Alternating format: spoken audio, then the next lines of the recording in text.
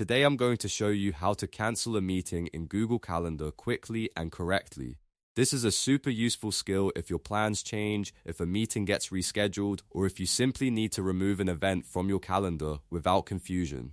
The process is very simple, and in just a moment I'll walk you through each step so you can do it confidently.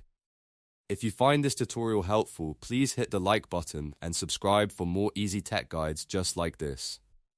Alright, let's jump in. First, open your browser and go to Google Calendar. You can do this by typing calendar.google.com into the address bar, or by opening it from your Google Apps if you're already signed in. Once Google Calendar loads, take a moment to find the meeting you want to cancel. You can browse through your calendar by day, week, or month, depending on how your calendar is set up. If you have a busy schedule, you may want to use the search feature to locate the event faster.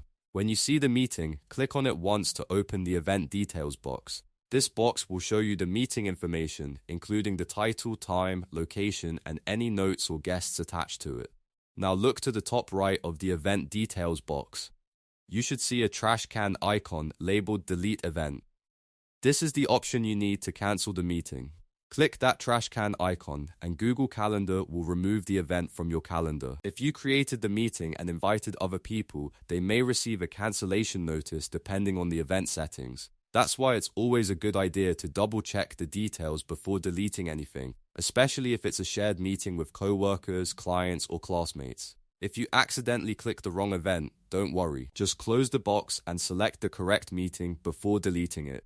Once the event is deleted, it will no longer appear on your calendar, which helps keep your schedule clean and up to date.